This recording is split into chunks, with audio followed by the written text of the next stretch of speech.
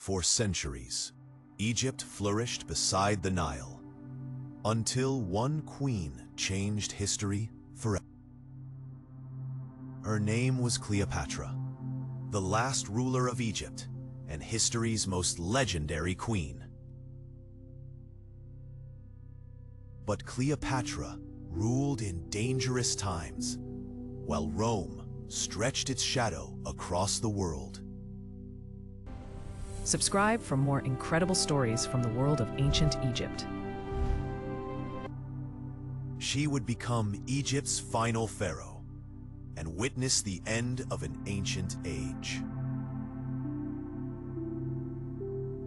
Cleopatra was born into privilege, danger, and a dynasty already trembling with ambition. Her family descended from Macedonian Greeks who ruled Egypt after Alexander the Great.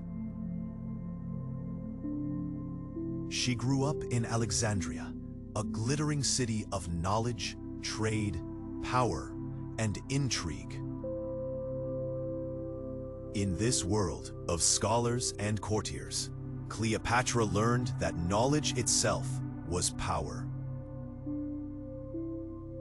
She mastered languages, diplomacy, and politics, preparing for a throne drenched in danger. Unlike many of her ancestors, Cleopatra embraced Egyptian culture and spoke to her people. When her father died, Cleopatra stepped toward power and into a storm of betrayal. At 18, Cleopatra became queen, but she was forced to share the throne. Soon, ambitious advisors turned the court against her and tightened their grip on power. Driven from the capital, Cleopatra fled into exile, but she refused to disappear. From the desert frontier, she gathered allies and planned her return to power. Then Rome arrived in Egypt, carrying the ambitions of Julius Caesar himself.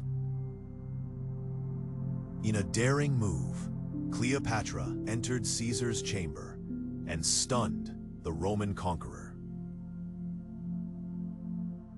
Cleopatra offered Caesar more than charm. She offered stability, wealth, and alliance. Caesar's intervention sparked war in Alexandria, and the city became a battlefield. With Caesar's support, Cleopatra reclaimed her throne and returned as Egypt's true ruler. She soon gave birth to a son, Caesarion, tying Egypt's future to Rome. Together they sailed the Nile, displaying wealth, authority, and the illusion of control. When Cleopatra visited Rome, admiration and fear followed her through its streets. Then Caesar was assassinated, and Cleopatra lost the protector who had restored her crown.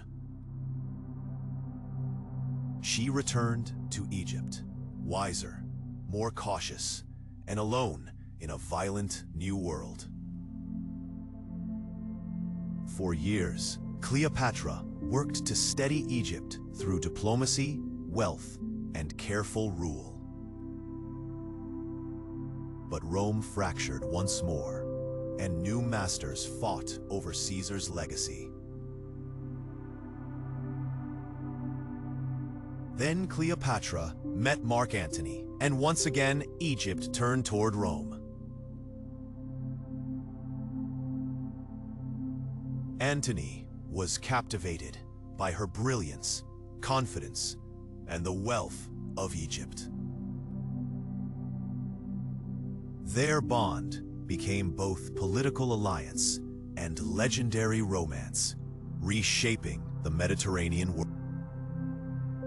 Together, they built a dynasty, imagining a future where Egypt still shaped.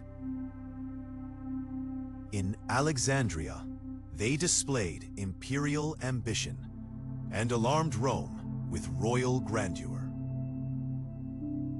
Octavian turned Rome against Cleopatra, painting her as a threat to the Republic. War became inevitable, and the fate of Egypt moved toward the open sea.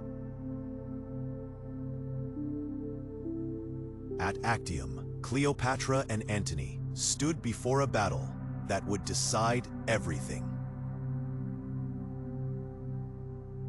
In 31 BC, the Battle of Actium shattered their hopes and changed history. As defeat closed in, Cleopatra withdrew her fleet, and Antony followed her away. On the retreat home, their empire of ambition began quietly falling apart.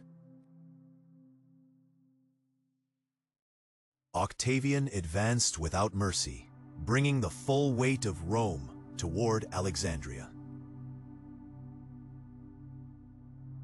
In her final days, Cleopatra weighed impossible choices between surrender, escape, and dignity. Defeat broke Antony's spirit, and the great Roman general began to collapse. Antony died in Cleopatra's arms, and their great alliance ended in sorrow. Octavian entered Alexandria as conqueror, and Egypt's freedom slipped away forever. Even in defeat, Cleopatra refused to appear broken before the rulers of Rome. Faced with humiliation in Rome, Cleopatra chose to decide her own ending. In 30 BC, Cleopatra died, and the line of Egyptian pharaohs ended with her. Egypt became a Roman province, and one of history's longest dynasties disappeared. Yet her image survived in stone, where Cleopatra still stands as pharaoh. History remembers her as queen, strategist, lover, survivor, and living legend. The Nile still flows through Egypt, carrying the memory of its last great queen.